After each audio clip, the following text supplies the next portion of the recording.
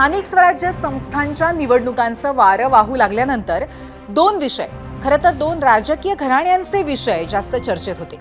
पवार आणि ठाकरे ही दोन्ही कुटुंब आणि त्यांचे पक्ष जवळ आले ते निवडणुकीचं गणित बदलण्याचा उद्देश डोळ्यासमोर ठेवूनच. पण दोन घटना अशा घडल्या की ज्यामुळे या एकीकरणाच्या चर्चांनाच ब्रेक लागला.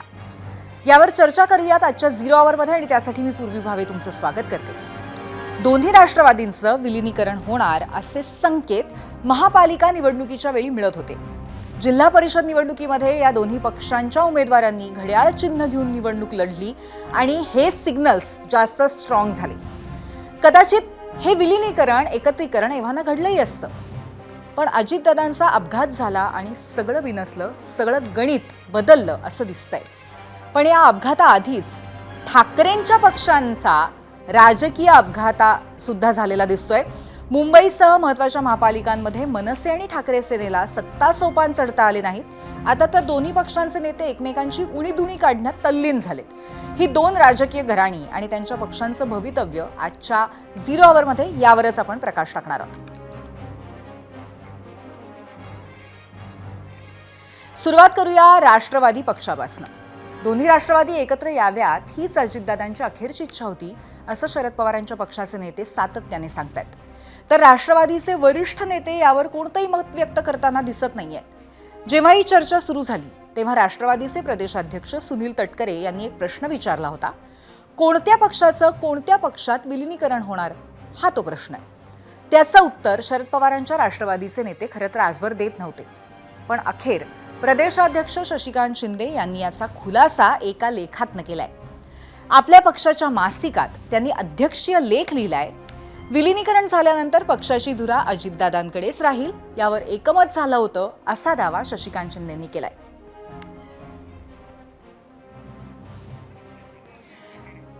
या लेखामध्ये शशिकांत शिंदेने काय म्हटलेलं आहे आपण ग्राफिक्सच्या माध्यमातून बघणार आहोत. अदृश्य शक्तींच्या कारवाया, धमक्या, खोटे नाटे, षडयंत्र रचून केलेल्या आरोपांमुळे अजितदादा राष्ट्रवादीतून बाहेर पडले. त्यांना वेगळा गट स्थापन करावा लागला. त्याची आपल्याला कल्पना आणि जाणीव आहे. परंतु झालेली चूक आता पुन्हा दुरुस्त करायची या विचाराने दादा मागील 4-5 महिन्यांपासून कामाला लागले होते. दोन्ही राष्ट्रवादीच्या एकत्रीकरणाचा निर्धार करून ते माननीय जयंत पाटील, माननीय पवार साहेब आणि आमच्याशी बोलत होते. महानगरपालिका, जिल्हा परिषदांच्या निवडणुकीत त्यासाठीच त्यांनी जाणीवपूर्वक दोन्ही राष्ट्रवादी काँग्रेसची युती घडवून आणली होती. स्वतः हिरीने प्रचाराची आघाडी सांभाळत होते. 12 फेब्रुवारीला दोन्ही राष्ट्रवादींचं विलीनीकरण करायचा असा निर्णय माननीय पवार साहेबांच्या उपस्थितीत झाला. विलीनीकरणानंतर राष्ट्रवादीची धुरा अजितदादांकडे सोपवण्याचा निर्णयही साहेबांसह सर्व नेत्यांनी केला. कार्यकर्त्यांची तर तीच अपेक्षा होती, पण त्यासाठी ते आग्रही होते. पण काळाने घाला घातला. दादांचे दोन्ही पक्ष एकत्र आणण्याचे स्वप्न अपुरे राहिले. आता आपली सर्वांची जबाबदारी हे दोन्ही पक्ष एक करण्याची आहे.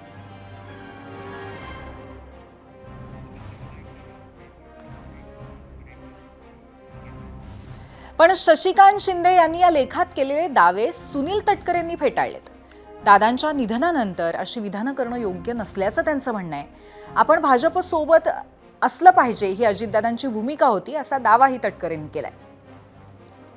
या लेखाचं शीर्षक आहे की भावपूर्ण दादांना. याचा अर्थ दादांचं अपघाती निधनानंतरचा तो लेख आहे. तर त्याच्यामुळे नेमकं त्यांना आता काय बोलायचं आहे, लिहिताना काय त्यांना वाटत होतं, विलीनीकरणाच्या वतीमध्ये त्यांना काय म्हणायचं होतं, ते म्हणत असताना त्यांनी जे लिखित लिहिलेलं आहे त्याला माझा मात्र तीव्र आक्षेप आहे. भारतीय जनता पक्षाबरोबरती आपण असलं पाहिजे ही भूमिका दादांची अनेक वर्षापासूनची होती.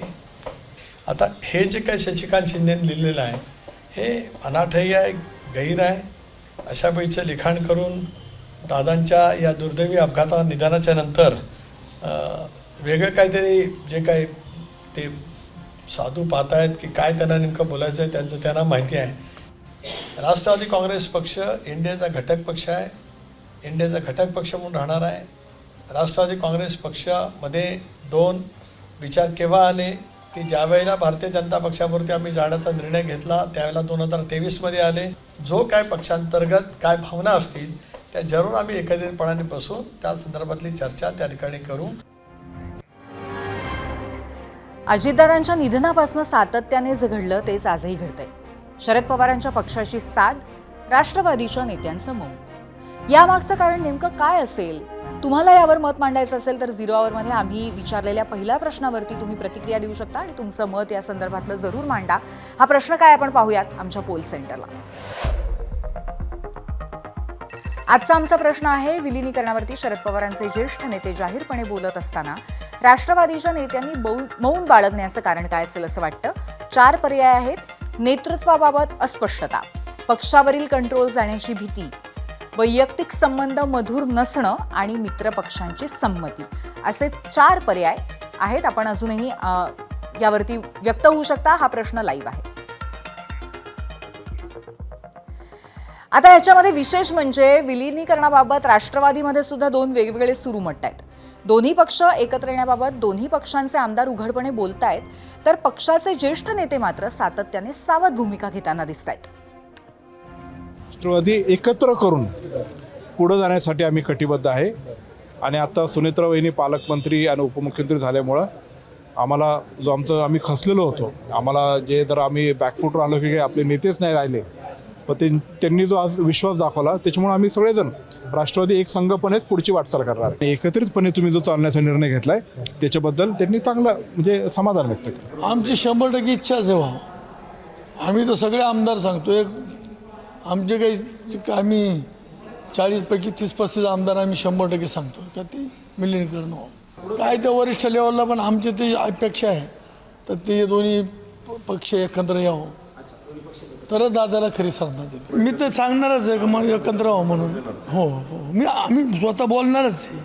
आता दादानंतर चालवणारा लीडर तर आम्हाला पाहिजे ना तिथं कोणतरी. आता विलिनीकरणाचा मुद्दा मी अनेक वेळा मांडलेला आहे की अजितदादा ही चर्चा करत होते. राष्ट्रवादी काँग्रेसचा कुठलाही नेता त्या चर्चेत नव्हता, त्यामुळं त्यांची चर्चा झाली नाही असा काय आमचा दावा नाही. आता सवाल काय की दादा गेल्यानंतर जी परिस्थिती बदललेली आहे, आता भारतीय जनता पक्षाला आपल्याला विश्वासात घ्यावं लागेल, त्यांचं याबद्दल मत काय आहे ते बघावं लागेल. त्याशिवाय आता सुनेत्रा वहिनी आणि त्यांचं कुटुंबीय त्यांना जे वाटते ते आता ह्या पक्षामध्ये होईल. पक्षाचे आमदार आता विलिनीकरणाची मागणी खुलेआम करू लागले आणि त्यावरही तटकरे सावध प्रतिक्रिया देताना दिसत आहेत. आमदारांशी बोलून त्यांचं मत जाणून योग्य निर्णय घेतला जाईल असं त्यांनी म्हटलंय. बघूया. मी जरूर त्यांच्याशी बोलेन कारण ते आमचे वरिष्ठ सहकारी आहेत. एक चांगले जनमानसामध्ये प्रभाव असणारे आमचे विधिमंडळातील आमदार आहेत. त्यांनी त्यांच्या भावना व्यक्त केल्या असतील. जरूर आम्ही एकत्रितपणे बसू, चर्चा करू. 70% आमदारांची अशीच भावना असते. त्यांनी असं म्हटलेलं आहे हिरामणजींनी, आम्ही एकत्रितपणे बसून चर्चा करू ना. एकत्रितपणाने बसून आम्ही चर्चा करू. या विषयावरती मी अधिक काय बोलणार नाही. आता या सगळ्या गोंधळामध्ये खरी पंचायत वेगळीच झालेली आहे. ती म्हणजे जिल्हा परिषदामध्ये घड्याळ चिन्हावरती निवडून आलेल्या तुतारीवाल्यांची. निवडणूक झाली की पक्षांचं विलिनीकरण होणारच आहे, मग काय फरक पडतो असा विचार अजितदादा, शरद पवार आणि त्यांच्या पक्षांचे नेते आणि उमेदवारांनी केला असेल. आता या अंकिता पाटलांचंच बघा. शरद पवारांच्या राष्ट्रवादीचे कोर कमिटी सदस्य हर्षवर्धन पाटील, त्यांच्या कन्या अंकिता पाटील या जिल्हा परिषदेला घड्याळ चिन्हावरती निवडून आल्या. त्यामुळे आता त्यांना कोणत्याही निवडणुकीमध्ये जिल्हा परिषदेच्या निर्णयात राष्ट्रवादीचा व्हीप लागू असेल, भले त्यांच्या वडिलांच्या पक्षाची भूमिका काही काय असताना. ना इधर का ना उधर का अशीच काहीशी स्थिती झालेली आहे राष्ट्रवादी शरदचंद्र पवार पक्षाचे माजी आमदार अशोक बापू पवार यांची. त्यांच्या पत्नी सुजाता पवार या शिरूरमधून जिल्हा परिषदेवरती निवडून गेल्यात. त्या सुद्धा घड्याळ चिन्ह घेऊन त्या निवडून याव्यात यासाठी त्यांचे पती अशोक पवार, खासदार अमोल कोल्हे, आमदार रोहित पवार यांनी जोरदार प्रचार केला होता. पण आता त्यांना ऐकावं लागणार आहे ते घड्याळवाले नेते सांगतील तेच.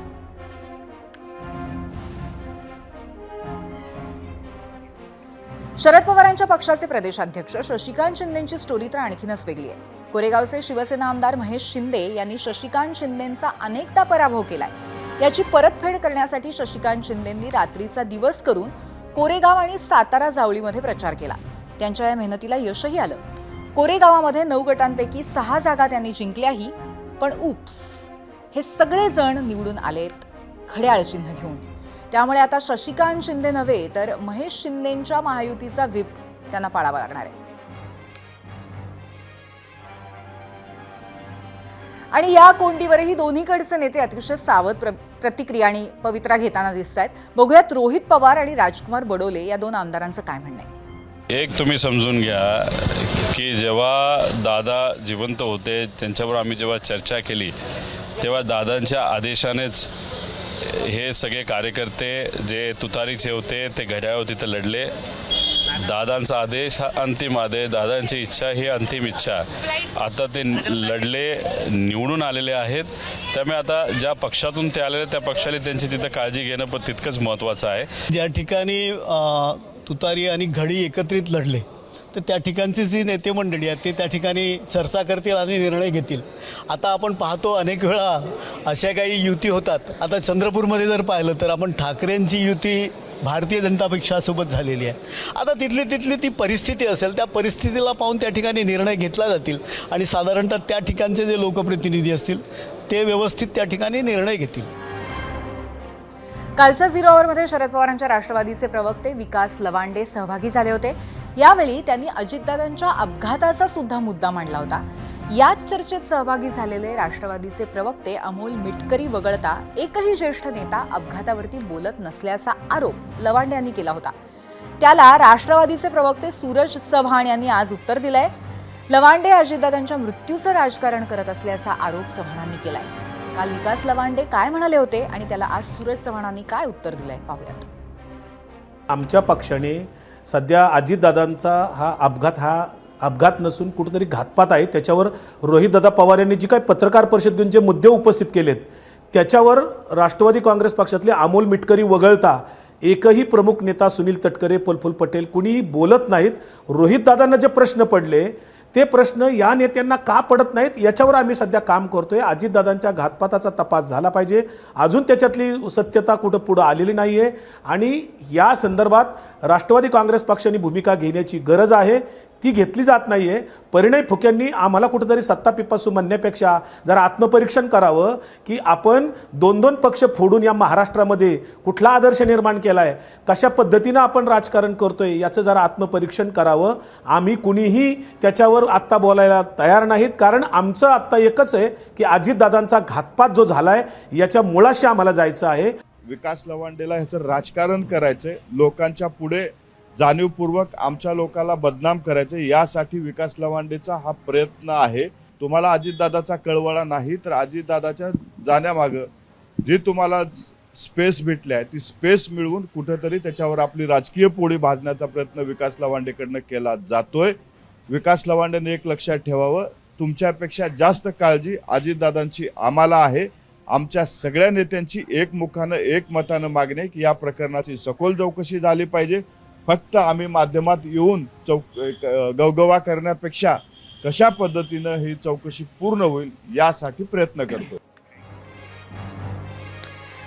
खरं तर हा विषय गेले काही दिवस सातत्याने सुरू आहे आणि याच अनुषंगाने आज आम्ही जो प्रश्न विचारलाय त्यावर सुद्धा अत्यंत विशेष अशा प्रतिक्रिया आलेल्या आहेत. तुमच्या आपण पाहूयात. जाऊन मीडिया सेंटरला आज काही वेचक आणि वेधक प्रतिक्रिया. एक्सवरनं पहिली प्रतिक्रिया मयूर बाकलीवाल यांची आहे. काही वरिष्ठ नेत्यांचं मौन हे राजकीय रणनीतीचा भाग असू शकतं, पण पक्षातल्या सत्ता संतुलन, नेतृत्वाबाबतची अनिश्चितता आणि भविष्यातील समीकरणं लक्षात घेता ते जाणीवपूर्वक सावध भूमिका घेत आहेत. एक्सवरनं पुढची प्रतिक्रिया आहे श्याम ठाणेदार यांची. दोन्ही राष्ट्रवादीचं विलीनीकरण झाल्यास पक्षातील महत्त्व कमी होईल असं काही नेत्यांना वाटत असल्यामुळे मौन आहे.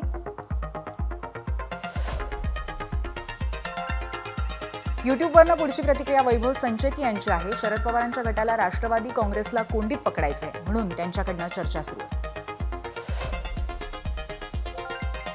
युट्यूबवरची पुढची प्रतिक्रिया प्रसाद माने यांची आहे. राष्ट्रवादीचं विलीनीकरण झाल्यावरती बंडखोरी होऊ शकते. बरेच नेते हे अजितदादांच्या विश्वासावरती आजपर्यंत पक्षात होते. फेसबुकवरनं पुढची प्रतिक्रिया विश्वास जाधव यांची आहे. पक्षातील मुख्य भूमिकेची सूत्र हाती येण्याची शक्यता निर्माण झाली असताना दुय्यम भूमिकेत राहण्याची वेळ येऊ नये म्हणून मौन बाळगून विरोध करण्याचा प्रयत्न आहे. इंस्टाग्रामवरनं संकेत अलासपुरे म्हणतायत, पक्षावरील कंट्रोल जाण्याची भीती असल्यामुळे चर्चा नाही होते.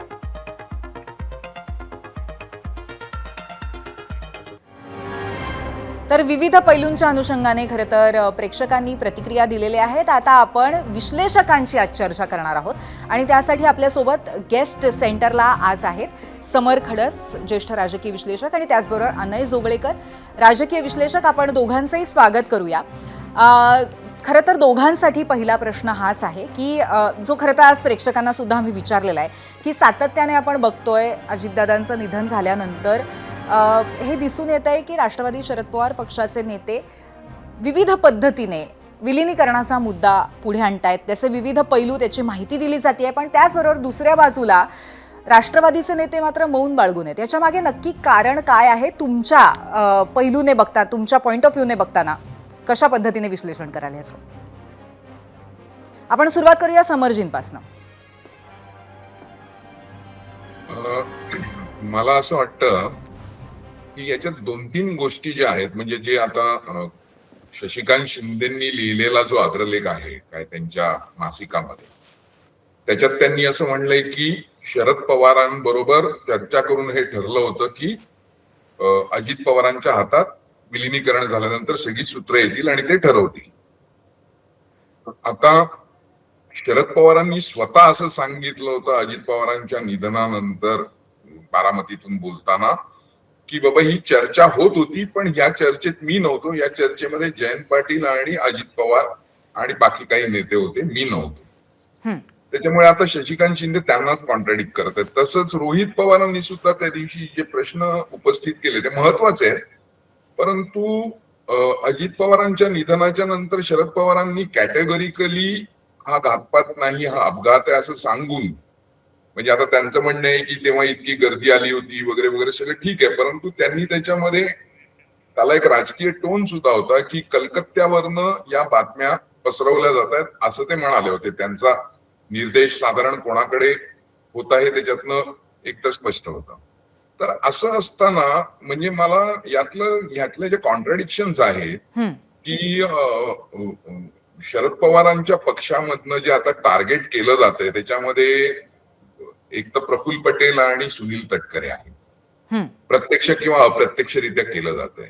तर हे विलिनीकरण झाल्यानंतर या दोघांना त्या विलिनीकरणानंतर त्या एकत्रित पक्षात स्थान द्यायचं नाही आणि त्यांच्याशिवाय हा पक्ष बनवायचा आहे का, असं असेल तर त्यांनी ती थेट भूमिका घेतली पाहिजे. दुसरी गोष्ट, विलिनीकरणानंतर हे जे सगळे नेते शशिकांत शिंदेपासून त्यांचा जो काय सगळा पक्ष आहे, तिकडे 9 खासदार आहेत, इकडे काय 18 आमदार आहेत, हे सगळे सरकारमध्ये सामील होणार की या पक्षाला कन्व्हिन्स करणार सरकारमधनं तुम्ही बाहेर पडलं पाहिजे.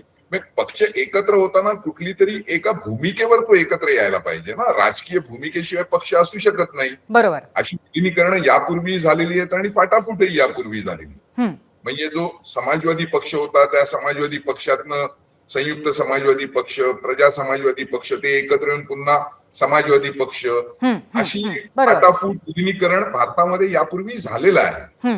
परंतु तो राजकीय भूमिकेवर यायला पाहिजे. तर राजकीय भूमिका दोन्ही बाजूंनी काहीच क्लिअर केली जात नाही आणि केवळ विलिनीकरण व्हायला हवं, अजितदादांची इच्छा होती, हे नेते आडकाठी आणतायत, त्याच्यापेक्षा स्पष्ट भूमिका ते का घेत नाहीये हे मला समजत नाही. आणि तशी जर भूमिका घेतली त्यांनी, बरोबर, तर मला असं वाटतं की भारतीय जनता पक्षाला समजा 9 खासदारांचा पाठिंबा मिळणार असेल केंद्रात, तर ते का नाकारतील? समजा विलिनीकरण न होता सुद्धा मला असं वाटतं शरद पवारांच्या पक्षाला एनडीए मध्ये सामील होता येऊ शकतं, मला माहित नाही. आणि त्यांचं शरद पवारांचं स्टेचर आणि त्यांचं एकूण सगळं राजकारण आणि त्यांचं एकूण कॉन्टॅक्ट पाहता मला वाटत नाही त्याच्यात काय अडचण येईल. पण जर विलिनीकरण करायचं असेल तर आत्ताच त्या पक्षातले जे 2 नंबरचे 3 नंबरचे नेते आहेत, म्हणजे त्यांच्या हायरार्कीमध्ये, त्यांना टार्गेट करून विलिनीकरण करायचं असं, हे मला काय म्हणजे यातलं काही तर्क सापडत नाहीये. हे त्यांना नक्की करायचंय विलिनीकरण की करायचं नाहीये. जर करायचं असेल तर त्या पक्षातल्या नेत्यांना टार्गेट करून कसं काय विलिनीकरण करता येईल बर हे मला काही समजत नाही. म्हणजे काय म्हणजे त्यांच्या नक्कीच मनात- कुठेतरी आपण आपण मुद्दा एकीकडे असं म्हणतोय की एकाच बाजूने लोक मौन बाळगून आहेत, पण प्रत्यक्षामध्ये शरद पवारांच्या पक्षाकडनं सुद्धा ठोस भूमिका किंवा थेट कुठेतरी भिडलं जात नाही या विषयाला, असा मला यातनं प्रतीत होत आहे. मी अनयजींकडे येते. अनयजी, तुम्हाला सुद्धा तुम्ही सहमत आहात का? या व्यतिरिक्त आणखीन काही मुद्दे तुम्हाला वाटत आहेत? तुमचा टेक काय याच्यावर? मी समर खडस यांच्या मुद्द्यांची पूर्णपणे सहमत आहे. राष्ट्रवादी काँग्रेसमध्ये फूट अशासाठी पडली की हिंदुत्ववादी भाजपा सोबत सत्तेत सोबत जायचं का नाही याच्यावरनं काही आमदारांचं म्हणणं होतं की भाजपच्या सोबत जाता कामा नये, कारण राष्ट्रवादी काँग्रेस हा सेक्युलर विचारसरणीचा शिवशाहू फुले आंबेडकरांच्या विचारसरणीवर चालणारा पक्ष आहे. तर अजितदादांच्या नेतृत्वाखाली इतर आमदारांचं मत होतं की राष्ट्रवादी काँग्रेसमधला सत्तेत असणं आवश्यक आहे पक्ष टिकवण्याच्या दृष्टीने. आता ही फूट पडली. आता जर विलिनीकरण होणार असेल तर पहिला मुद्दा हा येतो की शरद पवार आणि त्यांचे सहकारी हिंदुत्ववादी विचारधारेच्या भाजपाच्या सोबत जाणार का नाही, आणि विचारधारा असल्याशिवाय राजकारण चालू शकत नाही. दुसरी गोष्ट आहे की दोन्ही राष्ट्रवादी काँग्रेसचं अस्तित्व आता जर तुम्ही बघितलं, अगदी महानगरपालिकेच्या निवडणुका बघितलं, जिल्हा परिषदेच्या निवडणुकांमध्ये बघितलं, तर काही 1-2 जिल्हे वगळता त्यांचं अस्तित्व उरलं नाहीये. एकही महानगरपालिका दोन्ही पक्षांना जिंकता आली नाहीये. दोघे एकत्र आले काय, वेगळे लढले काय, एकही महापालिका ते जिंकू शकत नाहीयेत, ही वस्तुस्थिती आहे. आणि त्यामुळे मला असं वाटतं की राष्ट्रवादी काँग्रेस, शरदचंद्र पवार त्यांच्या पक्षाला राजकीय अस्तित्वाचा प्रश्न हा राष्ट्रवादी काँग्रेसपेक्षा म्हणजे अजितदादांच्या राष्ट्रवादीपेक्षा अधिक जास्त प्रकर्षाने जाणवतोय. दुसरा मुद्दा मला इथे मांडायचा आहे की हे सगळं विलिनीकरणाची चर्चा कुठेतरी येऊ घातलेला राज्यसभा आणि विधान परिषदेच्या निवडणुकीच्या संबंधित आहे. समर खडस म्हटले त्यात मी पूर्णपणे सहभागी आहे की जर त्यांना भाजपा बरोबर जायचं असेल, एनडीएचा भाग व्हायचं असेल, तर त्यांना एक स्वतःचा पक्ष म्हणून पाठिंबा देता येतो आणि भाजप तो आनंदाने स्वीकारेल, कारण त्यांना लोकसभेमध्ये आणखीन व्यापक बहुमताची गरज आहे. आणि जर राष्ट्रवादी शरदचंद्र पवार गटाचे लोक सहभागी होत असतील तर त्याच्यात काही अडथळा काहीच नाहीये. पण जर आता विधान परिषदेच्या आणि खास करून राज्यसभेच्या निवडणुकीमध्ये जर दोन पक्ष वेगवेगळे लढले तर मला वाटत नाही आत्ताचे जे 3 खासदार आहेत राष्ट्रवादी शरदचंद्र पवार गटाचे त्यातला एकही निवडून येऊ शकेल. खुद्द शरद पवारांना जर निवडणूक लढवायची असेल तर ते देखील निवडून येऊ शकतील की नाही. अर्थात ते दुसऱ्या राज्यातनं निवडून येऊ शकतात वगैरे, त्यांचे तेवढे रिसोर्सफुल आहेत त्याच्याबद्दल काही शंका नाहीये. पण महाराष्ट्रातनं ते निवडून येऊ शकतील का? पण हे जर राष्ट्रवादी काँग्रेसचं विलिनीकरण झालं तर मला असं वाटतं की त्यांचा एक चान्स जास्त राहील. मला जे काही लोक अनयजी, नक्की अनयजी, आपण या मुद्द्यावरती पुन्हा चर्चा करूया. ब्रेकवर जाण्यापूर्वी अनयजींनी मुद्दा मांडलेला होता तो आगामी निवडणुकांचा, राज्यसभा आणि विधान परिषद आणि त्याच्यासाठी एकत्रीकरणाची असलेली गरज खास करून शरद पवारांच्या पक्षाला. हाच मुद्दा घेऊन मी समरजींकडे जातीये. समरजी, यावरती एकतर याचा राजकीय संदर्भ आपण कसा उकलून सांगाल, आणि दुसरं म्हणजे एकंदरीतच 2 राष्ट्रवादींचं विलिनीकरण हे एकाच बाजूला फार जास्त गरजेचं आहे अशी बाहेरून बघताना परिस्थिती का जाणवते? नाही, आता शरद पवारांना राज्यसभेवर जायचं असेल तर मला म्हणजे त्याच्यासाठी हा आटापिटा असेल असं वाटत नाही मला. म्हणजे त्यांनी ठरवलं तर ते काय कुठेही जाऊ शकतील, परंतु त्यांच्या पक्षातल्या अनेक नेत्यांनी हे चित्र, खरं आहे तुम्ही म्हणालात ते, की शरद पवारांच्या पक्षातल्या इतर नेत्यांचा असा आटापिटा दिसतोय की आम्हाला घ्या आणि समोरचे घेत नाहीयेत, त्याच्यामुळे मग ते न घेणाऱ्यांमध्येच प्रफुल्ल पटेल आणि तटकरे आहेत असं त्यांचं एक चित्र तयार करण्याचा प्रयत्न दिसतोय. परंतु हे बघा, आता सुनेत्रा पवार या उपमुख्यमंत्री झालेल्या आहेत आणि राष्ट्रवादी पक्षाला आता राष्ट्रीय अध्यक्ष कोणी नाही. अजित पवार होते, त्यांचं निधन झालेलं आहे. प्रफुल्ल पटेल हे कार्याध्यक्ष आहेत. विलिनीकरण व्हायचं असेल तरी तांत्रिक दृष्ट्या पक्षाला अध्यक्ष लागेल. त्याच्यामुळे आधी तर अध्यक्षपदाची त्यांची निवडणूक ही मला असं वाटतं की महत्वाची प्रोसेस आहे. आणि आत्ताची परिस्थिती आहे त्याच्यात असं दिसतंय की सुनेत्रा पवार याच राष्ट्रीय अध्यक्ष होती. तर सुनेत्रा पवार म्हणजे त्याला आता त्यांच्यातनं जे काय कळतंय की येत्या काही 10-15 दिवसात, महिन्याभरातच, म्हणजे त्यांच्या मुख्य नेत्यांचं म्हणणं 10-15 दिवसातच सुनेत्रा पवार या राष्ट्रीय अध्यक्ष होण्याची प्रक्रिया आम्ही पूर्ण करू.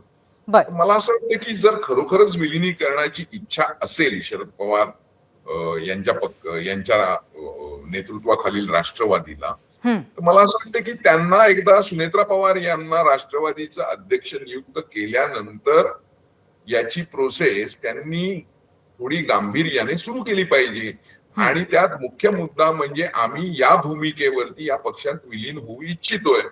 म्हणजे सत्तेबरोबर राहणं गरजेचं आहे, त्यातनं कामं होऊ शकतात लोकांची, जनतेची, म्हणून आम्ही इथे येतोय आणि आम्हालाही सत्तेत सहभागी व्हायचंय, ही एक भूमिका असू शकते.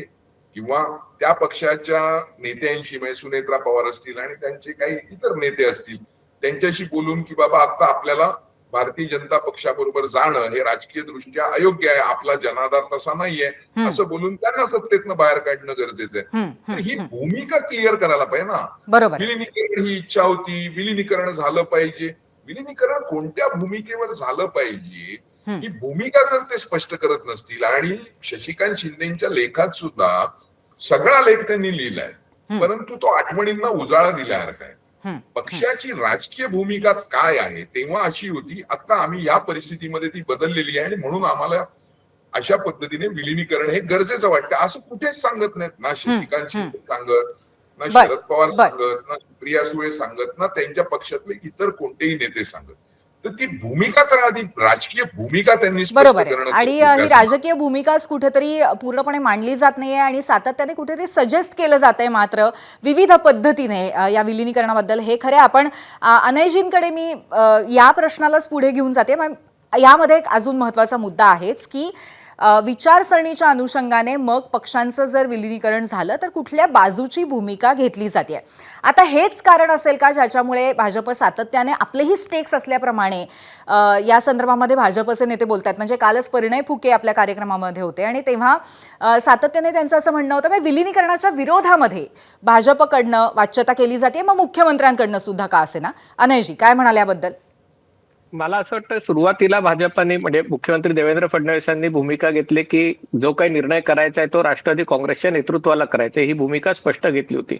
तरी देखील जेव्हा ही चर्चा थांबत नाही आणि आता 10-15 दिवस होत आले तरी की चर्चा होते, याचा अर्थ मला असं वाटतंय की मग त्याच्यामध्ये प्रतिक्रिया देताना भाजपच्या काही नेत्यांनी याबाबत प्रतिक्रिया दिली असावी. पण हे भाजपच्याही नेत्यांना चांगल्या प्रकारे माहिती आहे आणि राष्ट्रवादी काँग्रेसच्या म्हणजे प्रफुल्ल पटेल, सुनील तटकरे या सगळ्या लोकांना चांगल्यापैकी माहिती आहे की राजकारणामध्ये कुठलाही विषय फार काळ लांबत नाही. म्हणजे अजितदादांच्या निधनामुळे मोठी पोकळी निर्माण झाली खरी, पण राजकारणात 15 दिवस, महिना झाला की विषय बदलतात, नवीन विषय येतात आणि एकदा का हा विषय मागे पडला की मग राष्ट्रवादी काँग्रेस, शरदचंद्र पवार गटांची बार्गेनिंग पॉवर जी आता काही थोडंसं त्याला एक भावनात्मक त्याला ओलावा आहे, ती बार्गेनिंग पॉवर आणखी मोठ्या प्रमाणावर कमी होईल. आणि त्यामुळे म्हणजे भाजपाला शेवटी सत्तेत यायला हवे आहेत, म्हणजे आले तर फायदा आहे, पण त्या बदल्यात त्यांना काय द्यायचं याची जर पॉवर भाजपाची वाढली पुढच्या काही दिवसामध्ये तर त्याच्यात भाजपाचा फायदा आहे. आणि भाजपा सध्या स्वतःचा फायदा कसा करून घ्यायचा किंवा वाटाघाटीमध्ये कसं समोरच्याला थोडंसं नामोहरम करायचं याच्यात भाजपा आता तरबेज झालेला आहे. आणि म्हणून मला असं वाटतं भाजपा याच्याबद्दल फार काही आग्रही भूमिका घेत नाहीये. राष्ट्रवादी काँग्रेसने ठरवावं आणि काय म्हणजे अशी भाजपाची भूमिका आहे असं मला वाटतं. नक्कीच. आणि एकंदरीतच एका दुर्दैवी अपघातामुळे या सगळ्यामध्ये अत्यंत क्लिष्टता आणखीन वाढलेली आहे, गुंतागुंतीचं झालेलं आहे सगळं हे राजकारण. त्यामुळे हा विषय आपण भविष्यामध्ये सुद्धा ह्याच्यावरती चर्चा करत राहू, याची उकल करण्याचा प्रयत्न करत राहू. पण आज तुम्ही दोघं जण इथे आलात आणि चर्चा केली त्याबद्दल खूप खूप धन्यवाद. यानंतर आम्ही जो प्रश्न विचारला होता त्याच्यावरती महाराष्ट्राने कौल काय दिले आपण पाहूयात पोल सेंटरला.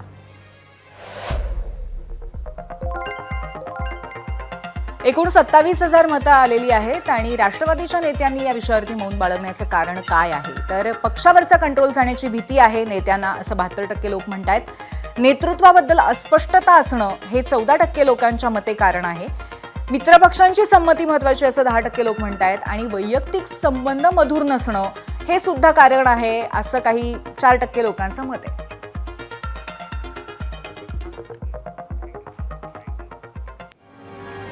आता पुढच्या आणखीन एका विषयाकडे वळूया जो थोडासा संबंधित आहे या कारणासाठी की राष्ट्रवादीमध्ये सध्या जे सुरू आहे तेच ठाकरेंच्या 2 पक्षांमध्ये सुरू आहे का काय असा प्रश्न पडावा. आपल्याला माहिती आहे की स्थानिक स्वराज्य संस्थांच्या निवडणुकीमध्ये मराठी माणूस आणि मराठीच्या मुद्द्यावरती दोन्ही ठाकरे बंधू एकत्र आले. काही महत्त्वाच्या महापालिका निवडणुका ते एकत्र लढले, मात्र त्यात ब्रँड ठाकरेला फारसं यश मिळाल्याचं दिसत नाहीये. कल्याण डोंबिवलीमध्ये मनसेनं शिवसेनेला पाठिंबा दिला, तर चंद्रपुरामध्ये ठाकरे सेना थेट भाजपसोबत सत्तेत गेली. त्यामुळे या दोन्ही पक्षांमध्ये का रे दुरावाचा एपिसोड सुरू झाल्याचं चित्र आहे. कल्याण डोंबिवलीनंतर उद्धव ठाकरेंचे नेते मनसेवरती टीका करत होते. आता मनसेला परतफेड करण्याची संधी मिळाली. संदीप देशपांडे, चंद्रपूरचे ठाकरे सेनेचे उपाध्यक्ष संदीप गिऱ्हे आणि खासदार संजय राऊत यांच्या गेल्या 2 दिवसांपासून शाब्दिक युद्ध रंगलेलं आहे. 0 आवरच्या दुसऱ्या सेगमेंटमध्ये आपण आत्ता याच्यावरती प्रकाश टाकतोय आणि याच अनुषंगाने आम्ही दुसरा प्रश्नही विचारलेला आहे. तो प्रश्न आधी आपण पाहूयात पोल सेंटरला. 0 आवरचा आजचा आमचा दुसरा प्रश्न आहे. महापालिका निवडणुकीमध्ये फारसं यश मिळालं नसल्यामुळे आता ठाकरे बंधू आणि त्यांचे पक्ष एकमेकांपासून दूर जातात असं वाटतंय का? होय आणि नाही असे 2 पर्याय आहेत. अजूनही प्रश्न लाईव्ह आहे, तुम्ही व्होट करू शकता. चंद्रपुरामध्ये ठाकरेंच्या सेनेने भाजपला साथ दिल्यावरनं मनसे आणि ठाकरेंच्या सेनेमध्ये सुरू झालेल्या आरोप प्रत्यारोपांच्या फैरी थांबताना दिसत नाहीयेत. या आरोपांसोबत खोक्यांचं राजकारणही पुन्हा एकदा सुरू झालंय.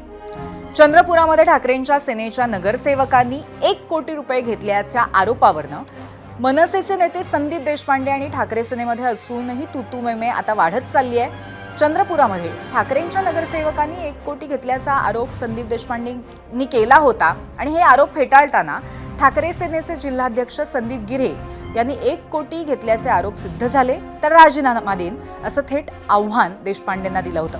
या आव्हानाला देशपांडेंनी एक्सवरती उत्तर दिलंय. पाहूयात संदीप देशपांडे काय म्हणाले.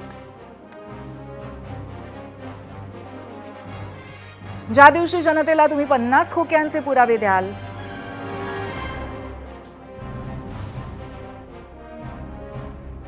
त्या दिवशी 100% चंद्रपूरमधल्या 1 खोक्याचा पुरावा देणार म्हणजे देणार.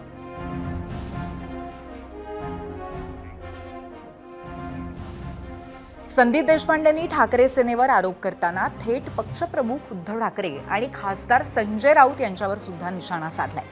संजय राऊतांचा सुपर प्रवक्ता असा उल्लेख त्यांनी केला आणि चंद्रपूरमधल्या राजकीय समीकरणाबद्दल संजय राऊतांना कल्पना होती, पण तिथं त्यांनी मी मारल्यासारखं करतो, तू रडल्यासारखं कर असा आविर्भाव आणल्याची टीका देशपांडेंनी केली आहे. तर संजय राऊतांनीही आरोप करणारे पैसे मोजायला बसले होते का असा प्रतिहल्ला केलाय. बघूयात. सुपर प्रवक्त्यांचा प्रॉब्लेम हा झाला आहे की सुपर प्रवक्त्यांना सुपर उद्धव ठाकरेंची भीती वाटायला लागली आहे का नाव घ्यायला. सुपर उद्धव ठाकरेंनी सगळ्या चंद्रपूरचं कान घडवून आणलं आणि सुपर प्रवक्त्यांना याबद्दल कल्पना सुद्धा नव्हती. हे चंद्रपूरचं होणार आहे अशा पद्धतीचं भाजपचं डील हे संजय राऊतांना आधी सुद्धा माहीत होतं. त्याच्यात काही सरप्राईज नव्हतं संजय राऊतांना, हे त्यांना माहिती होतं आधी. जे आपण बोललोय त्याच्या विपरीत घडतंय, तर मग मी मारल्यासारखं करतो, तू रडल्यासारखं कर आणि म्हशीवर बसून अगं म्हशी मला कुठे नेशी अशी अवस्था झाली आहे त्यांची. ज्यांनी हा आरोप केला ते पैसे मोजायला बसले होते का भाजपतर्फे की हे पैसे मोजा आणि त्यांना द्या?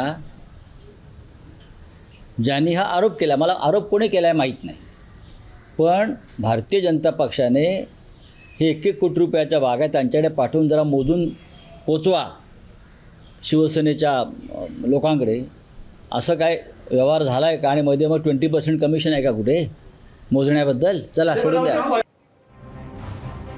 अशी शाब्दिक चकमक सुरू आहे. पण चंद्रपूरमध्ये भाजपसोबत जाण्याचा निर्णय ज्यांनी घेतला त्यांच्या विरोधात कारवाई होईल, जस्ट वेट अँड वॉच असंही संजय राऊतांनी सांगितलंय. पक्षाने आमचा पक्ष फोडला, चिन्ह चोरलं, महाराष्ट्रामध्ये अराजक निर्माण केलं, अशा लोकांबरोबर पक्ष म्हणून कोणती भूमिका त्यांच्यासोबत जाण्याची उद्धव ठाकरेंनी कधीच घेतली नाही आणि घेणार नाही. चंद्रपूरच्या लोकांनी हा उद्योग केलेला आहे, त्याचं समर्थन आमच्या पक्षामध्ये कोणीही केलेलं नाही. मी इतकं सांगेन, वेट अँड वॉच. ज्यांनी शेण खाल्लेलं आहे अशा प्रकारचं बरं का, त्यांना जाब नक्की विचारला जाईल. आपल्या दुसऱ्या प्रश्नावरती जनतेने काय कौल दिलाय पाहूया. जाऊयात पोल सेंटरला. महापालिका निवडणुकीमध्ये फारसं यश मिळालं नसल्यामुळे आता ठाकरे बंधू आणि त्यांचे पक्ष एकमेकांपासून दूर जात आहेत असं वाटतंय का? याच्यावरती 66% लोक होय असं म्हणतात आणि 34% लोकांचं मत नाही असं आहे.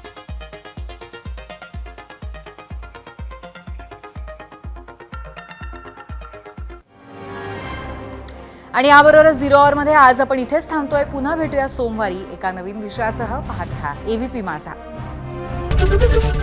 एबीपी माझा, उघडा डोळे बघा नीट.